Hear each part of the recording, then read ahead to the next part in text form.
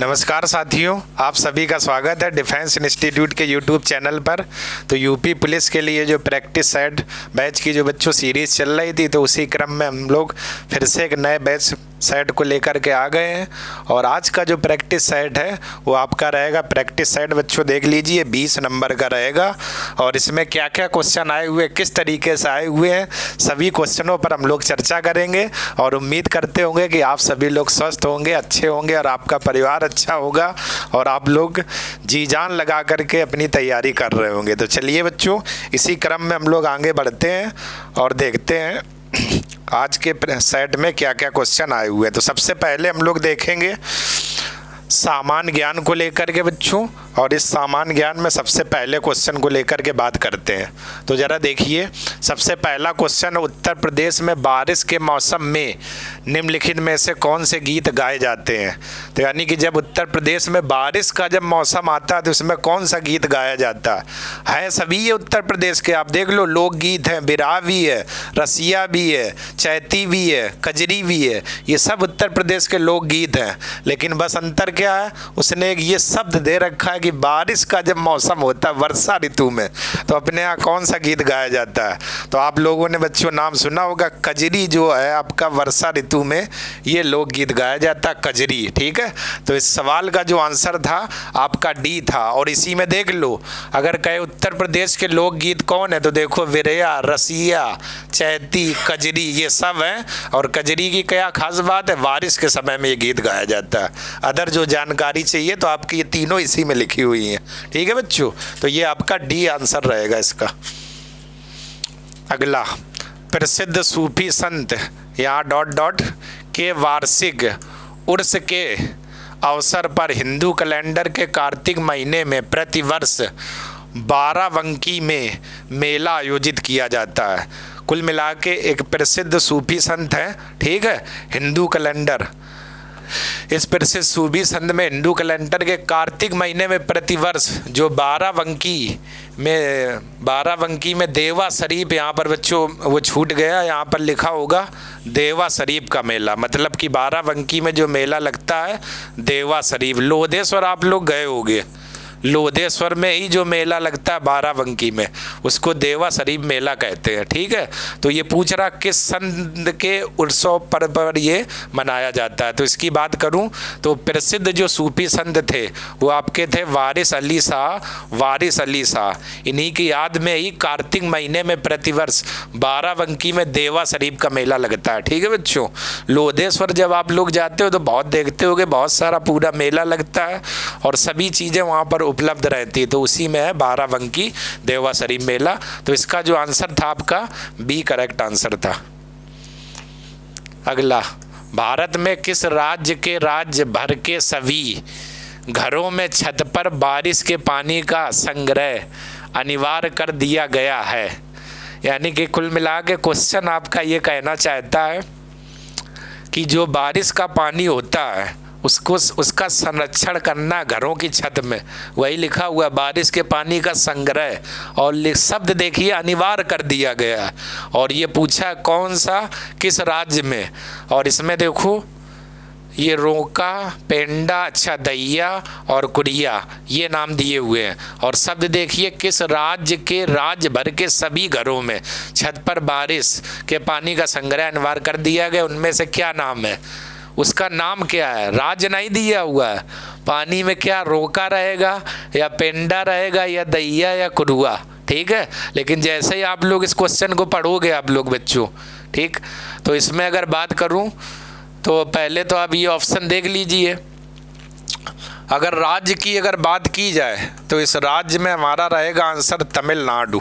ठीक है, तमिलनाडु, जो कि यहाँ पर दिया नहीं है, मुझे लगता है ये ऑप्शन दूसरे रख गए हैं।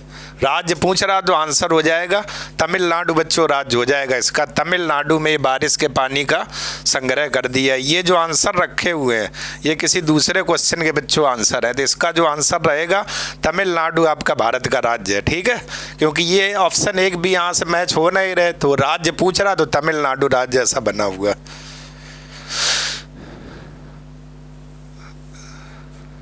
ओहो, जरा क्वेश्चन बच्चों देखिए, मध्य प्रदेश में एक खेती कृषि की जाती, झूम कृषि। तो इस झूम कृषि को पहले आप समझना, ये जो झूम कृषि की जाती है ये आपकी पूर्वोत्तर भारत में की जाती है, पूर्वोत्तर भारत में, ठीक है।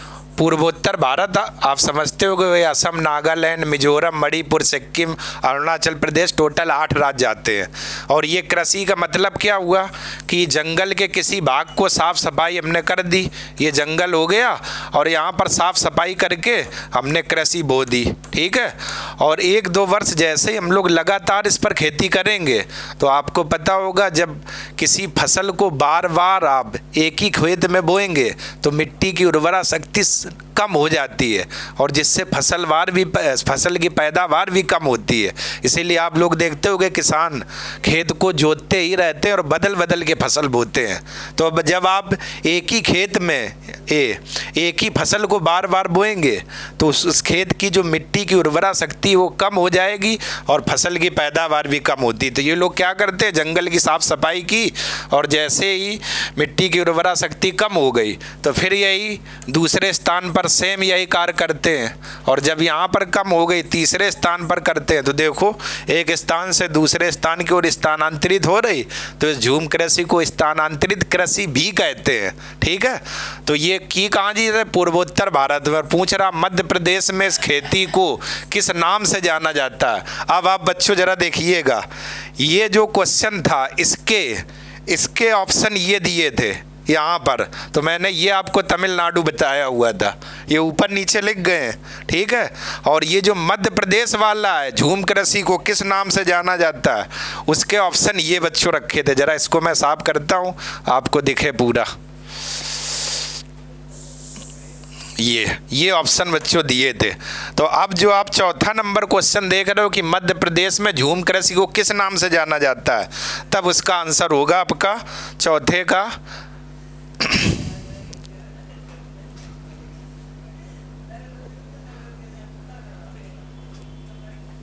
चौथे का आंसर ये होगा बच्चों, दहिया के नाम से, ठीक है ना, दहिया। तो ये ऑप्शन ऊपर नीचे बच्चों कर दिए, ऑप्शन में इधर उधर हो गया। तो सीधे सीधे आप लिख लो मध्य प्रदेश में झूम कृषि को दहिया के नाम से जाना जाता है, ठीक है।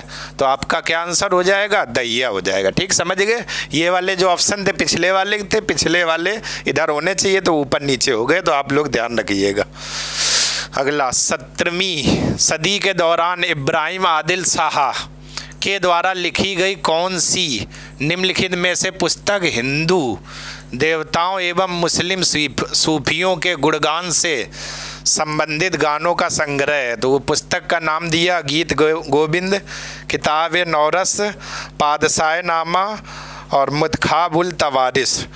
क्वेश्चन आप समझिए, वो पूछ रहा है कि 17वीं सदी में एक शासक थे जिनका नाम था इब्राहिम आदिल शाह, तो उन्होंने कौन सी पुस्तक लिखी है जिसमें हिंदू और मुस्लिम के गुणगान से संबंधित पुस्तक है, ठीक है। तो आप लोग ध्यान रखिए ये पुस्तक कौन थी, किताब नौरस। तो इसका जो आंसर था आपका क्या था, बी आपका आंसर था।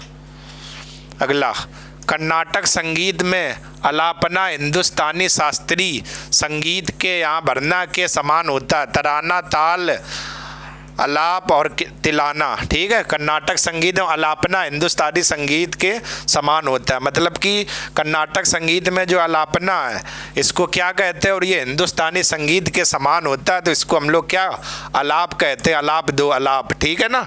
आप देखते हो कि संगीत का जब शुरुआत करते हैं तो अलाप, ठीक है, इसी से करते हैं, थोड़ा हिंड नहीं बजा करके देते हैं, अलाप दो। अगला, भारतीय वैज्ञानिक एवं भौतिक विज्ञान के प्रोफेसर यहाँ भरना ने संगीत के प्रति अपने गहरे प्यार के कारण वर्ष 1921 में लंदन की रॉयल सोसाइटी के समक्ष तार के संगीत उपकरणों के सिद्धांत पर शोध पत्र प्रस्तुत किया था। वो वैज्ञानिक कौन थे, जगदीश चंद्र बोस, होमी जहांगीर भाभा, CV रमन, विक्रम साराभाई। तो संगीत में इनको बहुत ज़्यादा प्यार था और इन्होंने लंदन में तार के उपकरण के सिद्धांत का एक शोध प्रपत्र यानी पेपर प्रस्तुत किया था और वो वैज्ञानिक कौन थे? तो आपको बता दूं सीवी रमन वो वैज्ञानिक थे।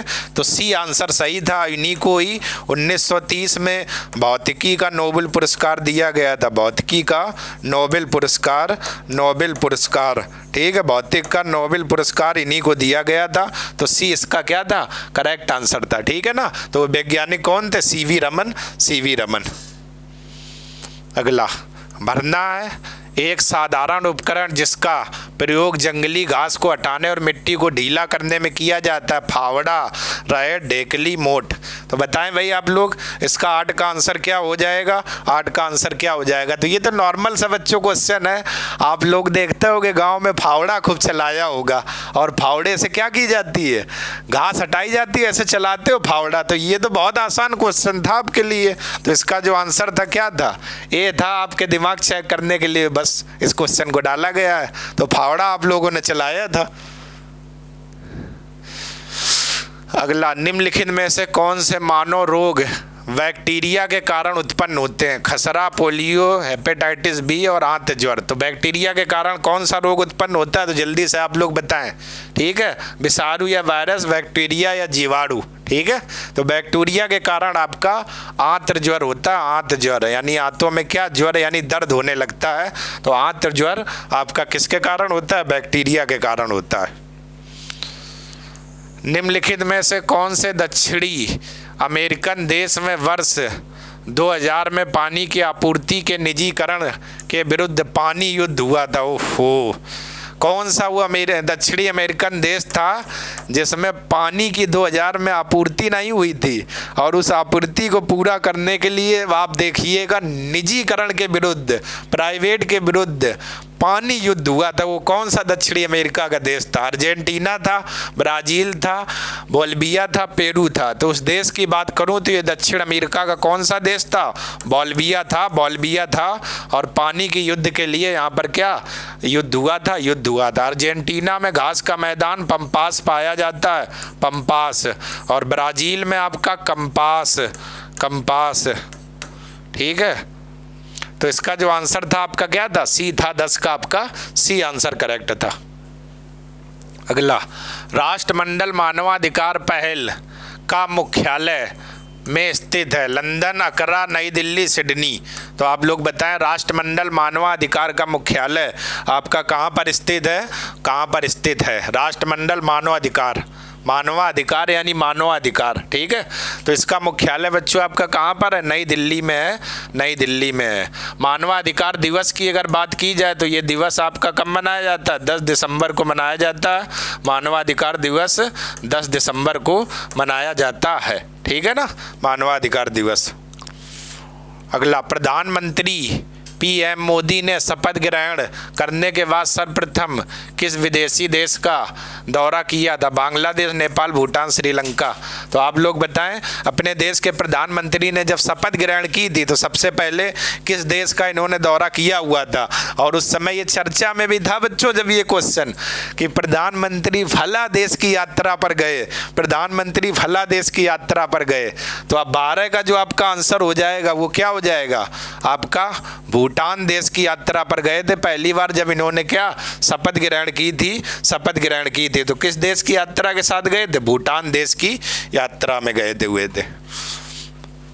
अगला, निम्नलिखित में से कौन सा देश भारतीय राज्य उत्तर प्रदेश से सीमा साझा करता है? तो कौन सा ऐसा देश है जो भारतीय राज्य उत्तर प्रदेश से सीमा साझा करता है? उस देश का नाम क्या है? चीन की सीमा लगती है? नहीं। भूटान की लगती है? नहीं। बांग्लादेश की, नेपाल की हो सकती है, बांग्लादेश की भी हो सकती है, ठीक है। तो किसकी सीमा साझा करता है? उत्तर प्रदेश सीमा साझा लगता है। तो किसकी सीमा? नेपाल से, नेपाल से। तो इसका जो आंसर हो जाएगा क्या हो जाएगा? सी हो जाएगा। क्यों? क्योंकि जब आप भारत का मैप बनाओगे, ठीक है, ये भारत का मैप, तो उस मैप में यहाँ पर आपका कहीं ऐसे उत्तर प्रदेश बना होगा, उत्तर प्रदेश ये। और नेपाल की बात करूं तो यहाँ पर आपको ये मिल जाएगा, नेपाल, ठीक है। और ये उत्तर प्रदेश, तो उत्तर प्रदेश की सीमा किस देश के साथ लगती है? नेपाल के साथ लगती है। तो सी आपका करेक्ट आंसर था। अगला, बिम्स्टेक एक उप क्षेत्रीय समूह है जिसमें दक्षिण एशिया व दक्षिण पूर्वी एशिया के 7 देश शामिल है, जिसका मुख्यालय काठमांडू, नई दिल्ली, कोलंबो, ढाका। तो कुल मिला के बिम्स्टेक एक संगठन है, इसका मुख्यालय कहाँ पर है? मुख्यालय कहाँ पर है आप लोगों को बताना है। तो बिम्स्टेक का जो मुख्यालय है वो आपकी नेपाल की राजधानी, ये बांग्लादेश की राजधानी कहाँ पर? ढाका में है। तो 14 का जो आंसर हो जाएगा क्या आपका? डी हो जाएगा, डी। और इस बिम्स्टेक की जो स्थापना की गई थी वो कब की गई थी? 1997 में। इसका मुख्यालय कहाँ पर? ढाका। कुल कितने देश हैं? 7 देश हैं, 7 देश हैं। कौन कौन से? श्रीलंका, भारत, बांग्लादेश, थाईलैंड, नेपाल, भूटान और म्यांमार। ये हमारे कौन से 7 देश हैं इस बिम्स्टेक में? बिम्स्टेक में। अगला, निम्नलिखित में से किस जिले को राष्ट्रीय राजधानी क्षेत्र या NCR, national capital regions, NCR के 23वें जिले के रूप में शामिल किया गया है? तो मतलब राष्ट्रीय राजधानी क्षेत्र या एनसीआर, नेशनल कैपिटल रीजन, कौन सा वो जिला है जिसको 23वें जिला घोषित किया गया है? शामली है, अलीगढ़ है, मथुरा है, आगरा है, मथुरा है। तो आप लोग बताएं कौन सा वो जिला है, ठीक है। तो आपका 23वां जो जिला है वो कौन सा शामिल किया गया है? शामली। अलीगढ़ की बात करूं तो ये ताला उद्योग के लिए प्रसिद्ध है।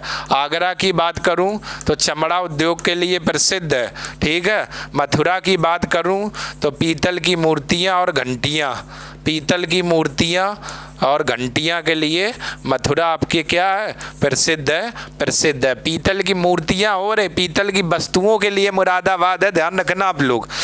तो इसका जो आंसर हो जाएगा 15 का क्या हो जाएगा? ए, शामली। तो ए आपका करेक्ट आंसर रहेगा 15 का, ठीक है, 15 का।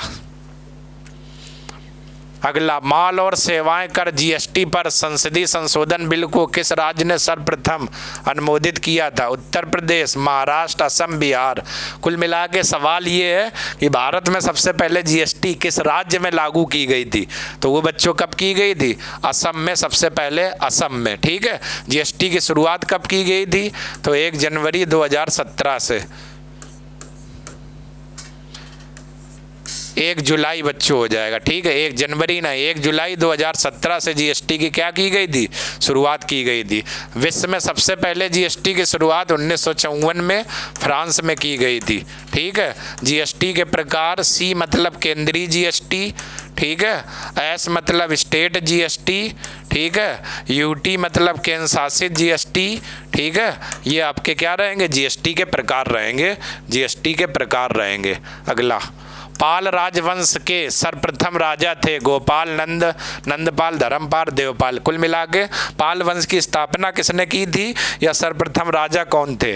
तो आपको पता होगा पाल वंश की स्थापना किसने की थी? गोपाल ने की थी, गोपाल ने। तो 17 का जो आंसर हो जाएगा वो क्या हो जाएगा? ए हो जाएगा। तो पाल वंश की स्थापना किसके द्वारा? गोपाल के द्वारा की गई थी। तो 17 का जो आंसर है ए आपका रहेगा।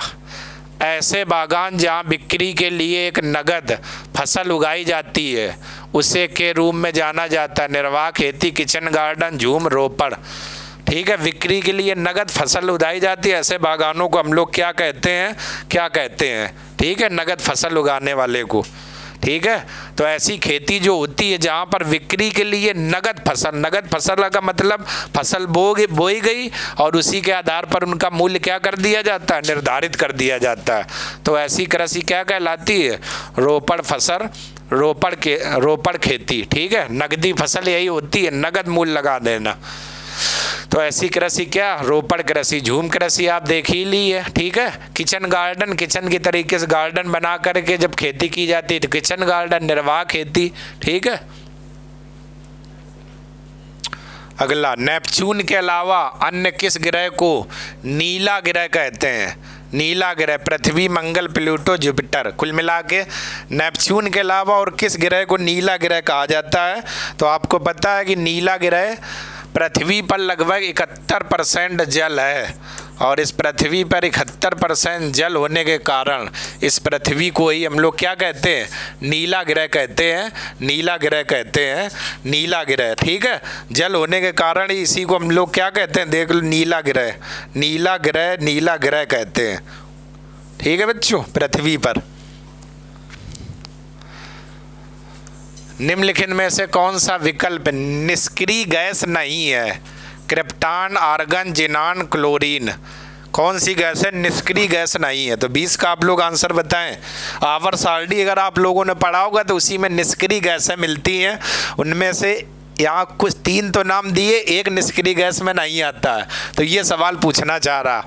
ठीक है, तो क्रिप्टॉन है और आपका ऑर्गन है, जिनॉन है, रेडॉन है, ये सब है, लेकिन क्लोरीन नहीं है। ठीक है, क्लोरीन, क्लोरीन आपकी निष्क्रिय गैस का उदाहरण नहीं है, क्लोरीन नहीं आती है। तो आप लोग ध्यान रखना, इसका जो आंसर था डी आपका हो जाएगा। अगला लिखा हुआ क्यों क्यों क्यों लड़की, पुस्तक के लेखक कौन है? महाश्वेता देवी, Ruskin bond, एनिल Blyton, Olivia fresher. क्यों क्यों लड़की पुस्तक के लेखक कौन है? जल्दी से बताएं आप लोग, ये तो क्वेश्चन बहुत ज़बरदस्त है।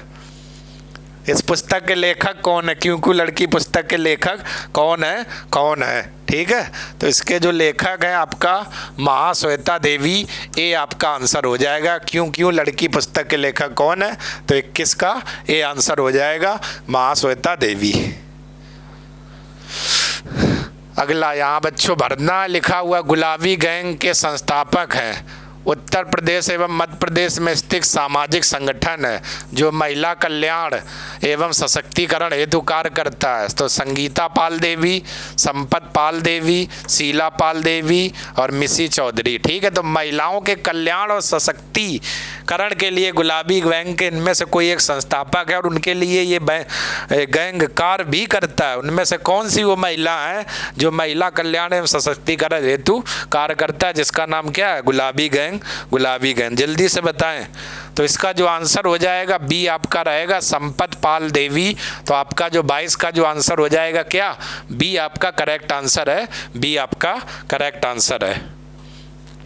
अगला देखो आ गया बच्चों, मुरादाबाद के कार्य हेतु प्रसिद्ध है और उसमें विश्व भर में हस्तशिल्प उद्योग में अपना आला स्थान बना रखा है। तांबा, पीतल, हीरा, स्टील। और मैंने अभी आपको बताया था पीतल की मूर्तियों के लिए मथुरा और पीतल की वस्तुओं के लिए आपका कौन सा जिला? मुरादाबाद, मुरादाबाद। तो यहाँ पर आंसर जो हो जाएगा आपका क्या? बी हो जाएगा। पीतल की वस्तुओं के लिए क्या है? मुरादाबाद, मुरादाबाद। ठीक है, पीतल की मूर्तियों के लिए आपका मथुरा रहेगा और घंटियों के लिए भी मथुरा, और पीतल की वस्तुएं मुरादाबाद। और ये मोस्ट इम्पोर्टेंट है बच्चों सवाल और बहुत पूछा जाता है, मुरादाबाद किसके लिए प्रसिद्ध है। अगला, सर्वप्रथम किस देश ने महिलाओं को मतदान की अनुमति प्रदान की थी? सऊदी अरब, भारत, न्यूजीलैंड, रूस। तो आप बताएं सर्वप्रथम कौन सा ऐसा देश था जिसमें महिलाओं को सर्वप्रथम वोटिंग की अनुमति प्रदान की गई थी? सऊदी अरब था, भारत था, न्यूजीलैंड था, तो रूस था विश्व भर में। ठीक है, तो इसकी बात करूं तो सर्वप्रथम वो देश आपका भारत होना चाहिए था, लेकिन है नहीं। कौन था? न्यूजीलैंड। तो आपका क्या था? सी आपका करेक्ट आंसर था। तो सर्वप्रथम न्यूजीलैंड एक ऐसा देश था जिसने महिलाओं को मतदान की अनुमति प्रदान की थी, अनुमति प्रदान की थी। अगला, भारत में अली बंधुओं शौकत एवं मोहम्मद अली ने किस आंदोलन का नेतृत्व किया था? भारत छोड़ो आंदोलन, खिलाफत आंदोलन, दिल्ली चलो आंदोलन और बहिष्कार आंदोलन। ठीक है, तो शौकत अली, मोहम्मद अली और अली बंधुओं ने किस आंदोलन का नेतृत्व किया था? खिलाफत आंदोलन। खिलाफत आंदोलन कब से कब तक था? 1919 से लेकर के 24 तक। ठीक है, भारत छोड़ो आंदोलन 8 अगस्त 1942। ठीक है, तो ये खिलाफत आंदोलन 1919 से 24 तक चला था और इसके जो नेतृत्व करता थे अली बंधु, शौकत और मोहम्मद अली थे। ठीक है, बाद में इसी आंदोलन में असहयोग आंदोलन जोड़ दिया गया था 1 अगस्त 1920 को, असहयोग आंदोलन। अगला, भारतीय संविधान के भाग 4 में विवरण प्रस्तुत है मूलभूत अधिकार, राज्य के नीति निर्देशक सिद्धांत, संघ की न्यायपालिका, संसद। तो आप लोग बताएं भारतीय संविधान के भाग 4 में क्या है, भाग 4 में क्या है। तो भारतीय संघ के भाग 4 में क्या है, क्या है, ठीक है। तो आपको पता होगा भाग 4 में क्या, नीति निर्देशक तत्व, नीति निर्देशक तत्व। और नीति निर्देशक तत्व कहाँ से लेकर के, 36 से लेकर के 51 तक। संसद की बात करें तो किस आर्टिकल में, 79 में है। और मौलिक अधिकार की बात करूं तो किस भाग में है, भाग 3 में है, आर्टिकल 12 से लेकर के 35 तक, ठीक है। तो इसका जो आंसर था बी आपका करेक्ट आंसर था, बी आपका करेक्ट आंसर था। काली मिट्टी को भी कहते हैं या किस नाम से जाना जाता है, रेंगुर, ह्यूमस, भांगर, क्रिस्टली। काली मिट्टी चना, कपास, सोयाबीन की खेती के लिए प्रसिद्ध है, इसलिए इसे कपासी मिट्टी भी कहते हैं और इसको रेंगुर मिट्टी के नाम से जाना जाता है। तो 27 का जो आंसर हो जाएगा ए। काली मिट्टी चना, कपास, सोयाबीन के लिए प्रसिद्ध है, इसलिए इसको कपासी मृदा भी कहते हैं, इस मिट्टी को रेंगुर के नाम से जाना जाता है, ठीक है। आप लोग सुनते रहिएगा। अगला, सरदार वल्लभ भाई पटेल कृषि और तकनीकी विश्वविद्यालय भारत के उत्तर प्रदेश राज्य में स्थित है। यह कृषि विद्यालय कहाँ, लखनऊ, पंतनगर, मेरठ और सहारनपुर। तो सरदार वल्लभ भाई पटेल कृषि तकनीकी विश्वविद्यालय ये आपके कहाँ पर है। आज ही ये क्वेश्चन बच्चों मैंने कुछ बच्चों को एसटी में पढ़ाया हुआ था, विश्वविद्यालय। तो सरदार वल्लभ भाई पटेल आपका कहाँ पर है, मेरठ में है। 28 का आपका सी करेक्ट आंसर है, सी करेक्ट आंसर है 28 का। अगला, मानव अधिकारों की सार्वभौमिक घोषणा के अनुच्छेद 4 में यहाँ भरना का विवरण प्रस्तुत किया गया है। गुलामी से स्वतंत्रता, शिक्षा का अधिकार, निजी संपत्ति का अधिकार, विवाह एवं परिवारों का अधिकार। तो बताएं मानव अधिकारों में अनुच्छेद 4 में किसका विवरण दिया गया मानव अधिकार के अंतर्गत, ठीक है। तो 29 का आप लोग आंसर बोले।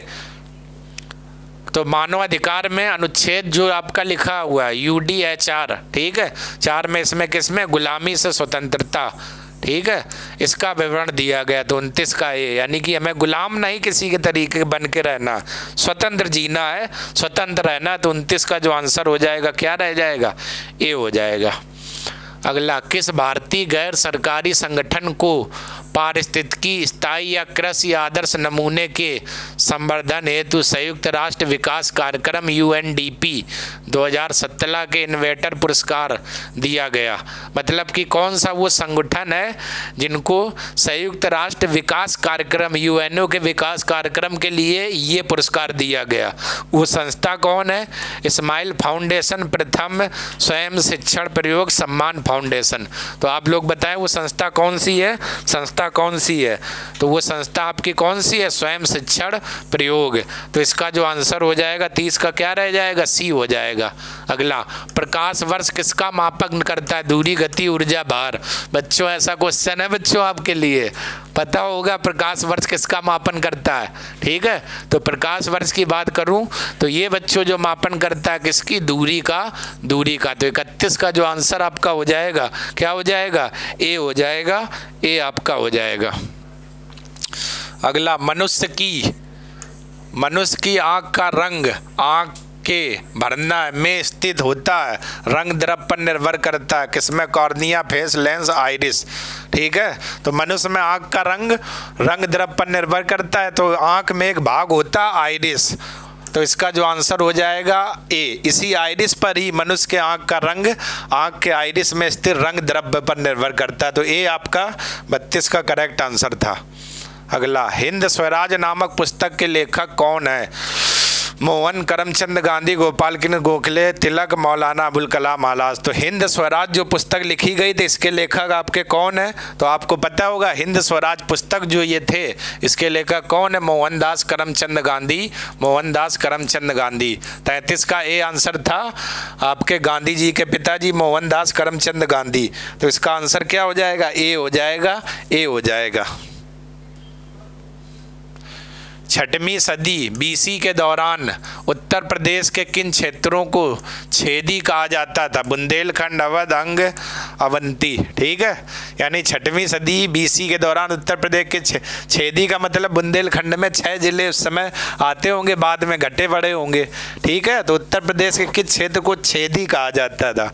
तो छठवीं सदी में बात करें तो उत्तर प्रदेश का जो बुंदेलखंड क्षेत्र है, जिसमें चित्रकूट, बांदा, महोबा, प्रयागराज ये सब जिले आते, इसी बुंदेलखंड क्षेत्र को ही छेदी के नाम से जाना जाता है, छेदी के नाम से जाना जाता है।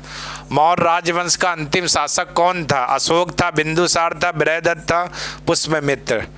ठीक है, तो पुष्यमित्र शुंग ने शुंग वंश की स्थापना की थी। अशोक को आप जानते होगे, बिंदुसार को भी जानते होगे, लेकिन मौर्य राजवंश का जो अंतिम शासक वो पूछ रहा है, तो वो कौन शासक था? बृहदत्त था, बृहदत्त था। तो 35 का जो आंसर था आपका क्या था? सी हो जाएगा, सी। ठीक है, मौर्य राजवंश का अंतिम शासक बृहदत्त था, बृहदत्त था। अगला, प्राचीन भारत में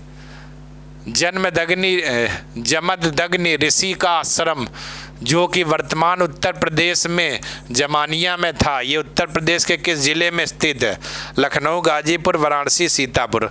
कुल मिला के पूरी गाथा नहीं पढ़नी थी। एक ऋषि थे जमदग्नि, उन ऋषि का आश्रम उत्तर प्रदेश के किस जिले में स्थित है, ये आपका सवाल था। ठीक है, तो ये ऋषि थे जमदग्नि ऋषि, इनका आश्रम उत्तर प्रदेश के किस जिले में है? गाजीपुर, गाजीपुर। ठीक है, उत्तर प्रदेश के गाजीपुर, बनारस के आगे आपका है गाजीपुर जिला, इसी गाजीपुर में ही आपके क्या है स्थित है। अगला, राजा हर्षवर्धन ने यहाँ भरना में बद्ध विहार नामक ज्ञान के एक बृहद केंद्र की स्थापना की थी। तो राजा हर्षवर्धन थे, जहाँ पर शिक्षा विद्या का ज्ञान दिया जाता था, उसका नाम था भद्र विहार। और इस बृहद केंद्र की स्थापना उन्होंने कहाँ पर की थी? वही ये सवाल पूछ रहा, राजा हर्षवर्धन ने कहाँ की थी? मथुरा में की थी, काशी में नहीं, कन्नौज, हरिद्वार। तो इन्होंने कहाँ पर की थी? कन्नौज में, कन्नौज में। ठीक है, सभाओं का आयोजन करता था हर वर्ष, प्रत्येक 5 वर्ष में दान भी देता था, दान भी देता था। अगला, उर्दू शायरी में फिराक गोरखपुरी के नाम से कौन प्रसिद्ध है? उर्दू शायरी में फिराक गोरखपुरी के नाम से कौन प्रसिद्ध है? द्वारिका प्रसाद, विशन नारायण, रघुपति साय, नवल किशोर। ठीक है, तो फिराक गोरखपुरी के नाम से उर्दू शायर में कौन प्रसिद्ध शायर है, कौन प्रसिद्ध शायर है? तो इसका जो आंसर हो जाएगा रघुपति साय, रघुपति साय। तो 38 का जो आपका आंसर था क्या था? सी था, सी था। ठीक है बच्चों, तो चलिए अगली क्लास आपको हिंदी वाले सर कराएंगे, तो आप लोग बने रहिए इस क्लास में और क्लास का आनंद भी लेते रहिए। ठीक है, और जाना नहीं है, कहीं भागना नहीं है, और स्पीड से क्वेश्चन देखना है बच्चों। ठीक है, और आप लोग अपने आंसर टिक करते रहिए। ठीक है बच्चों, समय का अभाव रखते हुए आपको ये क्लास कराई जा रही है। ठीक है, थोड़ा बच्चों कम समय, इसलिए थोड़ा सा स्पीड आज बढ़ाई गई क्लास में। तो आप लोग ये ना सोचिए कि इतना स्पीड से क्यों, कल विधिवत हम लोग बताएंगे सभी बातों को लेकर।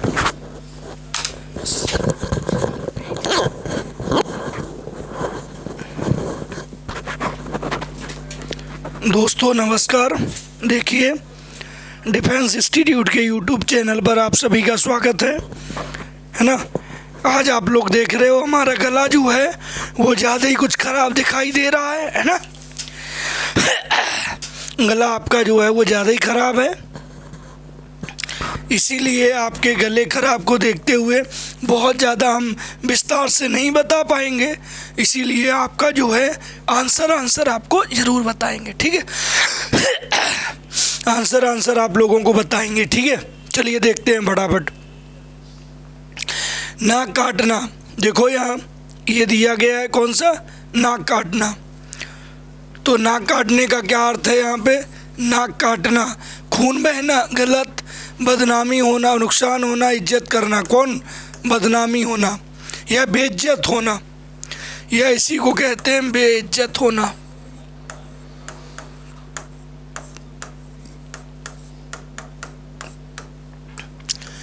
नाक काटना का नहीं, अरे आपने तो नाक ही कटवा ली, इसका मतलब बेइज्जत होना। देखो, काला अक्षर भैंस बराबर लोकोक्ति का सही अर्थ है पढ़ा लिखा ना होना। क्या होता है? पढ़ा लिखा ना होना। अद्भुत रस का स्थायी भाव, अद्भुत रस का स्थायी भाव क्या होता है? विस्मय, विस्मय या फिर आश्चर्य। क्या होता है? आश्चर्य, आश्चर्य या विस्मय। ठीक है, ये आपका क्रोध जो किसका होता है? ये रौद्र रस होता है। कौन सा रस होता है? रौद्र रस का स्थायी भाव। ये रौद्र रस का स्थायी भाव क्या होता है? क्रोध, है ना। ये वीर रस का स्थायी भाव कौन सा है? वीर रस। वीर रस का स्थायी भाव कौन सा है? वीर रस का स्थायी भाव उत्साह। ये भय, भयानक रस। कौन सा? भयानक रस। भयानक रस का स्थायी भाव क्या है? भय। ठीक है बेटा, यस। अगला, सोरठा के प्रथम चरणों के में कितनी मात्राएं होती हैं? सोरठा के देखो प्रथम और तृतीय चरण में, देखो बेटा प्रथम और तृतीय चरण में 11-11, और द्वितीय किसमें? द्वितीय और चतुर्थ चरण में किसमें? चतुर्थ चरण में 13-13 कितनी होती है? 13-13 मात्राएं होती हैं। तो प्रथम में कितनी होती है? 11-11। गला खराब है इसलिए आप लोग टेंशन मत लो, है गला खराब है, बी नंबर। निम्नलिखित में कौन सा शब्दालंकार नहीं है? ठीक है, अनुप्रास, यमक और श्रेष्ठ, ये शब्दालंकार के भेद हैं। किसके हैं? ये शब्दालंकार है,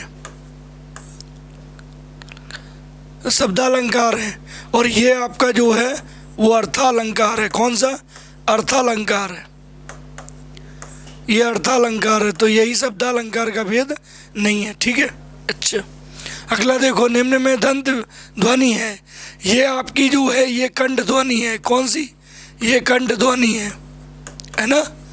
ये चा आपका, ये आपका जो है ये आपकी तालु ध्वनि है, ये आपकी तालु ध्वनि है। ठीक है, ये आपका जो है ये आपकी ओष्ठ ध्वनि है। कौन सी? ये ओष्ठ ध्वनि है, ये ओष्ठ ध्वनि है। ये आपकी कौन सी है? ये आपकी दंत ध्वनि है।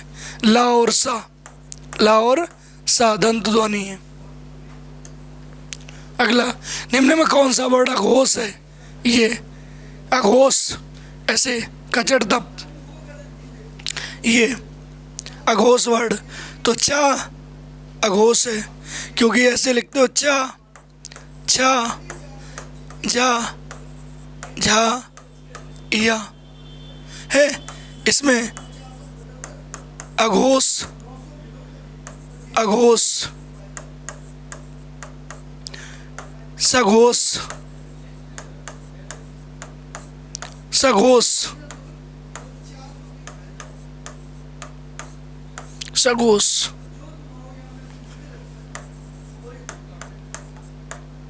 सघोष, है ना। तो चा किस में आएगा? अघोष में आएगा। अगला, निम्न में कौन सा शब्द स्त्रीलिंग है? तो सौभाग्य पुल्लिंग, सुंदरता स्त्रीलिंग है ना। कौन सा शब्द पुल्लिंग है? आशा की जाती है, की जाती है, आशा की जाती है। आज्ञा दी जाती है, दी जाती है ना। और गर्मा होती है, गर्मा होती है। ये तीनों स्त्रीलिंग है। कौन सा? ये तीनों स्त्रीलिंग है, ये तीनों स्त्रीलिंग है। ये पुल्लिंग है आपका कौन सा? सागर। निम्न शब्द का प्रयोग सदा बहुवचन में होता है ना। बहुवचन में किसका होता है? दर्शन, प्राण, आंसू,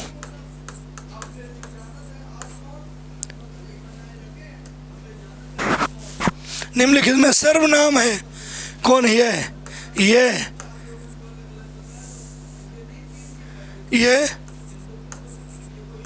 वह सर्वनाम। निम्नलिखित में विशेषण है। नया, पुराना, है ना। नया मकान, नया मकान, नया मकान, नया क्या है? विशेषण।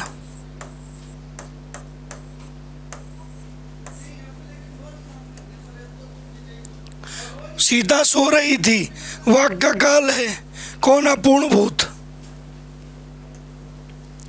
निम्नलिखित में तद्भव है गांव, गांव तद्भव, इसका तत्सम होता है ग्राम, ग्राम क्या होता है? तत्सम।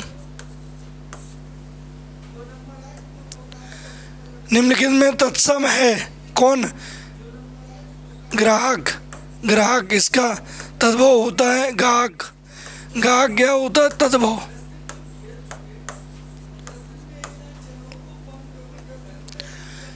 गजल का पर्यायवाची नहीं है कौन? ये भी है, समीर नहीं है, ये हवा का है, हवा, वायु, पवन, पवन ये। जटिल का विलोम सरल, जटिल माने क्या होता है? कठिन, कठिन, ये जटिल का विलोम सरल। वर्ण का अर्थ नहीं होता है, वर्ण माने वर्ण, वर्ण के ये सभी अर्थ होते हैं। वर्ण माने अक्षर, वर्ण मीन्स रंग, वर्ण मीन्स जाति, वर्ण मीन्स जाति, ये सभी होता है। क्या नहीं होता है? सुंदर।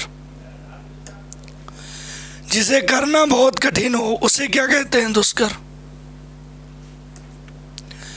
अली, अली, अली, अली, अली माने होता है, अली माने भौरा, भौरा, भ्रमर। और अली, अली माने होता है सखी, क्या होता है? सखी। तो भौरा और सखी। अपमान में उपसर्ग, अपमान में उपसर्ग अपधन मान, देखो अपधन मान, तो उपसर्ग क्या है? अप। घबराहट में घबरा, धन, आहट, आहट, आ प्लस आ बराबर आ, घबराहट, आहट प्रत्यय, कौन सा प्रत्यय? आहट प्रत्यय है बेटा। अगला परमार्थ, परमार्थ ऐसे परम, धन, अर्थ, आ प्लस आ बराबर आ, परमार्थ, क्या? परमार्थ, परम धनार्थ, ये ऑप्शन आपका। अगला देखो, मैंने ये काम कर लेना चाहिए। अरे मैंने नहीं, क्या? मुझे, क्या होना चाहिए? मुझे ये काम कर लेना चाहिए। राजपुत्र में समास है, राजपुत्र, क्या होता है? राजपुत्र, इसका मतलब राजा का पुत्र, राजा का पुत्र, ठीक है? कौन सा? राजा का पुत्र। संबंध तत्पुरुष, संबंध तत्पुरुष, क्या होता है? संबंध तत्पुरुष, तत्पुरुष समास सही है। अगला, आम खाया जाता है, आम खाया जाता है, क्या खाया जाता? आम, आम क्या है? कर्म, कर्म के हिसाब से लिखा है यहाँ। यह इमली, इमली खाई जाती है, क्या? इमली खाई जाती है, क्या खाई जाती है? इमली, इमली क्या है? कर्म, कर्म के हिसाब से खाई जाती है, कर्म आम के हिसाब से खाया जाता है। इसका मतलब कौन सा है? कर्मवाच्य, कौन सा वाच्य? कर्मवाच्य। निम्नलिखित में से अव्यय है, अव्यय कौन सा है? तथा अव्यय है। ये आपके जो है ये विशेषण हैं, क्या है ये आपके विशेषण हैं, ठीक ठीक। हिंदी में अल्प विराम, इसे क्या कहते हो? इसे प्रश्नवाचक, इसे क्या कहते हो? प्रश्नवाचक। इसे क्या कहते हो? विस्मयादिबोधक, क्या कहते हो? विस्मयादि बोधक कहते हैं इसे, विस्मयादि बोधक, है ना। विस्मयादि प्रश्नवाचक चिन्ह, ये इसमें विस्मयादि बोधक चिन्ह। ये आपका पूर्ण विराम, ये आपका क्या है, ये आपका पूर्ण विराम है। ये क्या है, इसे कहते हैं अल्प विराम, अल्प विराम। कौन सा, अल्प विराम, ठीक है। ये आपका क्या है, इसे कहते हैं अर्ध विराम, इसे क्या कहते हैं, अर्ध विराम, अर्ध विराम, इसे अर्ध विराम कहते हैं, ठीक है। यस, अगला घोड़ों की टापो, ये आपने लोगों ने किया होगा। उपरोक्त गद्यांश को पढ़कर नीचे लिखे प्रश्नों के उत्तर दीजिए। निम्नलिखित में से बुढ़िया को क्या नहीं था, क्या नहीं था बुढ़िया को, ये बताना आप लोगों को क्या नहीं था। बुढ़िया को सामर्थ्य नहीं थी, आपने पढ़ा होगा, आप लोग आंसर देना। अश्वारोही वहाँ क्यों आया था, अश्वारोही वहाँ क्यों आया था, बुढ़िया के छप्पर को ढूंढने, बुढ़िया के छप्पर को ढूंढने आया था। अगला गद्यांश के पथिक किसे कहा जाता है, पथिक किसे कहा जाता है, देखो इसमें गद्यांश में पथिक किसे कहा जाता है, बोलो, हुमायूं को। किसे कहा जाता है, हुमायूं को। देखना हुमायूं में कौन सा गुण है, वो कौन सी गुण है हुमायूं में, कृतज्ञता का। कौन सा, हुमायूं में कौन सा गुण है, बोलो, कृतज्ञता का, कृतज्ञता का गुण है। ममता दिन भर बाहर क्यों नहीं निकली, क्यों नहीं निकली ममता दिन भर बाहर क्यों नहीं निकली, क्योंकि वह डरी हुई थी, क्योंकि वह डरी हुई थी। रामधारी सिंह दिनकर को पुरस्कार मिला, किस कृति पर साहित्य अकादमी पुरस्कार मिला, संस्कृत के 4 अध्याय, कौन से, संस्कृत के 4 अध्याय पर, है ना। ये 1959 में, कब, 1959 में मिले थे, 1959 में। पद्यावत की किसकी रचना है, मलिक मोहम्मद जायसी की है, पद्मावत। चंद्रगुप्त नाटक किसके द्वारा लिखा गया, जयशंकर प्रसाद, किसके द्वारा, जयशंकर प्रसाद के द्वारा। कब, 1931 में। कब लिखा गया, 1931 में। अगला, भारत भारती के रचनाकार कौन से हैं, भारत भारती के रचनाकार मैथिली शरण गुप्त। कौन है, मैथिली शरण गुप्त है भारत भारती के रचनाकार, मैथिली शरण गुप्त, ठीक। ये आपका पूरा जो है वो कंप्लीट हो गया। आज बेटा हमारा गला काम नहीं कर रहा है, इसलिए हमने आंसर बता दिए हैं। गला काम नहीं कर रहा है, इसीलिए आपको हम डिटेल नहीं दे पा रहे हैं। इसके लिए हमें बड़ा खेद है कि हम आपको डिटेल नहीं दे पा रहे हैं, लेकिन बेटा आज हमारा गला नहीं काम कर रहा है, इसलिए हम लोग इतना ही रखेंगे। जय हिंद और जय हिंद।